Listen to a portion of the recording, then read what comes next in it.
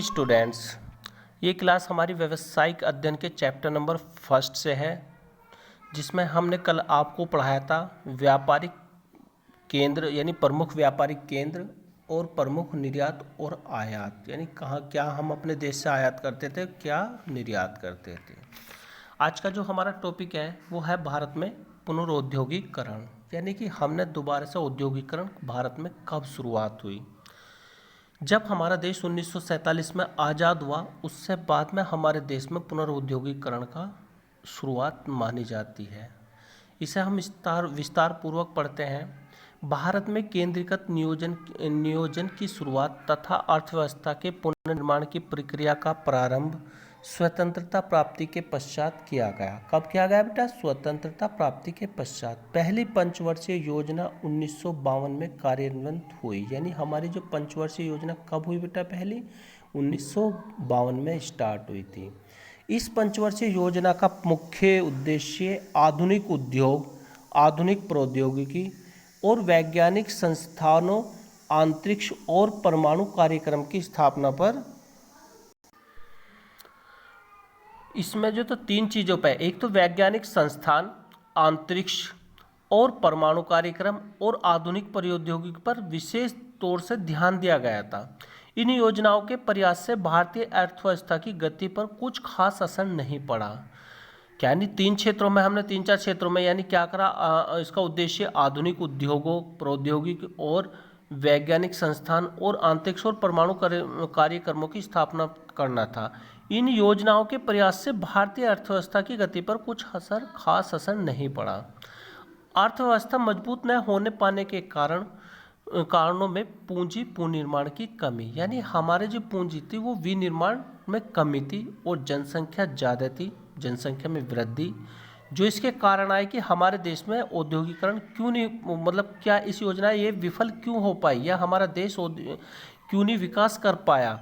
तो इसमें था, सबसे पहले इन्होंने बताया था कि पूंजी की विनिर्माण में कमी, जनसंख्या में वृद्धि, रक्षा पर भारी व्यय, यानी हमने जो अपनी रक्षा, अपने देश की रक्षा पर जो भारी व्यय किया, तथा अपर्याप्त बुनियादी संरचना, यानी हमारी जो थी कोई संरचना नहीं थी, अपर्याप्त बुनियादी संरचना थी, जिसका परिणाम यह हुआ कि भारत विदेशी स्रोतों से उधार लेने पर निर्भर हो गया। यानी कहाँ से लेने से? विदेशों से पैसा उधार लेने पर निर्भर हो गया। अंत में 1991 में आर्थिक उदारीकरण पर सहमति प्रकट हुई। आर्थिक उदारीकरण यानी कि अपने देश जो अपनी आर्थिक उदारीकरण उसमें थोड़ा ढील देने की पर सहमति प्रकट हुई। वर्तमान में भारतीय अर्थव्यवस्था, देखो ध्यान से सुनना बेटा, वर्तमान में भारतीय अर्थव्यवस्था विश्व की सबसे तेजी से बढ़ने वाली अर्थव्यवस्थाओं में से एक है और सबसे अधिक पसंद किया जाने वाला प्रत्यक्ष विदेशी विनिमय निवेश का स्थान है। बचत, आय, निवेश के अवसर, घरेलू खपत में बढ़ोतरी तथा युवा लोग सभी मिलकर आने वाले समय में विकास को नई दिशा और पहचान देंगे। उच्च विकास के क्षेत्र में चिन्हित किए गए हैं, जो विश्व में बहुत ही तेजी से साथ आगे बढ़ रहे हैं। भारत सरकार की वर्तमान योजनाएं जैसे मेक इन इंडिया, दूसरा बताया स्किल इंडिया, दूसरा बताया डिजिटल इंडिया, भारत की विनिर्मित विदेशी व्यापार नीति 2015-20 से भारतीय अर्थव्यवस्था को निर्यात व आयात एवं व्यापार संतुलन करने में सहायक होगी। देखो इसने तीन चीज़ बताई। Make in India, make in India में क्या था? जिन वस्तुओं को निर्माण हमारे देश में किया गया हो, मेक इन इंडिया हम उन्हीं वस्तुओं का प्रयोग करें जो हमारे देश में वस्तुओं का निर्माण किया गया हो। दूसरा मतलब कि जो रोज़मर्रा की जो हमारी वस्तुएं हैं वे इंडिया में ही बनाई जानी चाहिए। मेक इन इंडिया का मतलब है जो रोज़मर्रा की हमारी वस्तुएं वे हमारे देश में ही बनाई जानी चाहिए, यही उसका ही हमें प्रयोग करना चाहिए। दूसरा आगे आया था आपका स्किल इंडिया। स्किल इंडिया में क्या आता है? युवाओं को प्रशिक्षित कर उन्हें रोजगार प्रदान करना। और तीसरा था बेटा हमारा इसमें जो ये था हमारा तीसरा पॉइंट था डिजिटल इंडिया। डिजिटल इंडिया से मतलब है बेटा कि भारत में चल रहे छोटे और बड़े सरकारी विभागों को डिजिटल करके उन्हें गति बढ़ाना, या दूसरा समाज और ज्ञान अर्थव्यवस्था को एक डिजिटल रूप देना। यानी क्या है? मेक इन इंडिया, रोजमर्रा की वस्तुएं इंडिया में ही बनाई जाए। ठीक है बेटा। तीसरा जो था, दूसरा था वो था स्किल, दूसरा था हमारा बेटा इसमें स्किल इंडिया, युवाओं को प्रशिक्षित कर उन्हें रोजगार प्रदान किया जाए। और तीसरा क्या था बेटा, डिजिटल इंडिया, यानी समाज और ज्ञान अर्थव्यवस्था को एक डिजिटल रूप देना, या भारत में चल रहे छोटे और बड़े सरकारी विभागों को डिजिटल करके उन्हें आगे बढ़ाना या गति प्रदान करना। ये तीनों योजनाएं हमारे देश में चालू की गई थी। बाहर अब आगे देखो, जैसे फिर दोबारा पढ़ रहा हूँ, जैसे make in India, skill India, digital India. Bharat की नवनिर्मित विदेशी व्यापार नीति 2015-20 को भारतीय अर्थव्यवस्था को निर्यात और आयात व्यापार में संतुलन करने में सहायक होगी। इससे नेक्स्ट है बेटा व्यवसाय की अवधारणा। व्यवसाय जानते हो बेटा, बिजनेस होता है। अवधारणा जानते हो कि पहले से विचार या अमूर्त विचार या सुविचारित, तो यानी व्यवसाय की अवधारणा। इसे पढ़ते हैं बेटा। सामान्यतः व्यवसाय का अर्थ होता है व्यस्त रहना। क्या है? व्यस्त रहना, क्योंकि जो बिजनेस होता है वो व्यस्त ही आदमी को रखता है हर टाइम। तो इन्होंने बताया कि व्यवसाय का अर्थ होता है व्यस्त रहना। अतः व्यवसाय शब्द की उत्पत्ति व्यस्त रहने से हुई है। यद्यपि विशेष संदर्भ में व्यवसाय का अर्थ भी विशेष होता है। अतः व्यवसाय का अर्थ ऐसे किसी भी धंधे से जिसमें लाभ कमाने के लिए व्यक्ति विभिन्न प्रकार की क्रियाओं में नियमित रूप से संलग्न रहता है। तो उन्होंने बताया कि व्यवसाय का अर्थ किसी भी धंधे से जिसमें लाभ कमाने के लिए व्यक्ति विभिन्न प्रकार की क्रियाओं में नियमित रूप से संलग्न रहते हैं। वे क्रियाएं अन्य लोगों की आवश्यकताओं को पूर्ति करती हैं। देखो, करता बिजनेस क्या करता है, एक बिजनेसमैन अपना कोई व्यवसाय करता है, कुछ ना कुछ वस्तुओं का निर्माण करता है। वे क्रियाएं अन्य लोगों की आवश्यकता, यानी जो वो काम करता है उससे अन्य लोगों की आवश्यकताओं की पूर्ति होती है। और ये क्रियाएं क्रय विक्रय और सेवाओं की पूर्ति करने के संबंध रखती है। अगर हम व्यवसाय का अपने शब्दों में पढ़ें तो व्यवसाय क्या होता है, लाभ कमाने के उद्देश्य से जो कार्य किया जाता है उसे व्यापार या व्यवसाय कहते हैं। यानी क्या को हम कोई भी काम क्यों करते हैं, पैसा कमाने के लिए।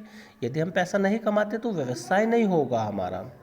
आगे चलते हैं बेटा। जैसे समाज होता है वैसे ही उसकी आवश्यकताएं होती हैं, तथा प्रत्येक समाज की अपनी एक आवश्यकताओं की पूर्ति करने के लिए मनुष्य को विभिन्न प्रकार की क्रियाएं करनी पड़ती हैं। और ये क्रियाएं दो प्रकार की होती हैं। प्रथम समूह में आर्थिक क्रियाएं सम्मिलित होती हैं और द्वितीय समूह में अनार्थिक क्रियाएं सम्मिलित होती हैं।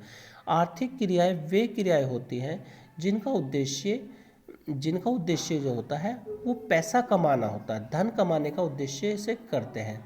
जबकि अनार्थिक क्रियाएं सिर्फ क्या होती है, सेवा भाव के लिए होती हैं। उनमें धन से कोई मतलब नहीं होता, धन रहित होती हैं। जैसे अगर हम इनके उदाहरण देखें तो आर्थिक क्रिया का मतलब होता है पैसा कमाना, यानी कोई भी बिजनेस पैसा करना हमें। ठीक है बेटा। जबकि अनार्थिक क्रिया का जो उदाहरण में आता है वो है प्रेमवश, सहानुभूति के लिए, भावुकता, देशभक्ति, वृद्धाश्रम चलाना। ये जो क्या होती हैं बेटा, ये हमारी अनार्थिक क्रियाएं होती हैं, इनसे हमें कोई भी पैसा नहीं मिलता। उदाहरण हेतु किसी श्रमिक का कारखाने में कार्य करना, एक डॉक्टर का अपने क्लिनिक में कार्य करना, एक प्रबंधक का अपनी कार्यशाला में कार्य करना, एक अध्यापक का अपने विद्यालय में अध्ययन करना आदि सभी उदाहरण जीवन यापन के लिए कार्य कर रहे हैं। अतः इन सभी संलग्न आर्थिक क्रियाओं से है। वहीं दूसरी ओर किसी गृहिणी का अपने परिवार के लिए भोजन बनाना, कार्य करना, किसी वृद्ध को सड़क पार कराने के लिए किसी बालक को आगे आकर सड़क पार कराने में उसकी सहायता करना, यह अनार्थिक क्रियाएं होती है, क्योंकि इन क्रियाओं की सहानुभूति व प्रेमवश की प्रेम पूर्वक की गई होती है। तो यानी इन्होंने बताया व्यवसाय की अवधारणा में हम विस्तार पूर्वक आपको एक बार फिर बता देते हैं। व्यवसाय की अवधारणाओं में इन्होंने बताया कि व्यवसाय क्या है। व्यवसाय जो है लाभ कमाने के उद्देश्य से जो कार्य किया जाता है उसे व्यवसाय कहते हैं। पर कार्य जो होना चाहिए वो वैधानिक होना चाहिए, लीगल होना चाहिए, इलीगल नहीं होना चाहिए। इन्होंने बताया व्यवसाय का अर्थ व्यस्त रहना, यानी ये व्यस्त रहना, या दूसरे अर्थों में इन्होंने बताया कि व्यवसाय का अर्थ ऐसे किसी भी धंधे से जिसमें लाभ के लिए हम व्यक्ति विभिन्न प्रकार की क्रियाएं नियमित रूप से संलग्न रहता है और वे क्रियाएं लोगों की आवश्यकताओं की पूर्ति करती हैं। इस बुक के अनुसार ये है।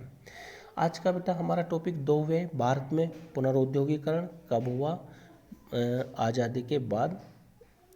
ठीक है बेटा, उसमें बताया गया है कि हमारा पुनरुद्योगीकरण कैसे कैसे और कब हुआ। दूसरा हमने पढ़ा इसमें व्यवसाय की अवधारणा, इसमें व्यवसाय का अर्थ और आर्थिक और अनार्थिक क्रियाएं बताई गई है। आज की वीडियो यहीं समाप्त होती है। ओके बेटा।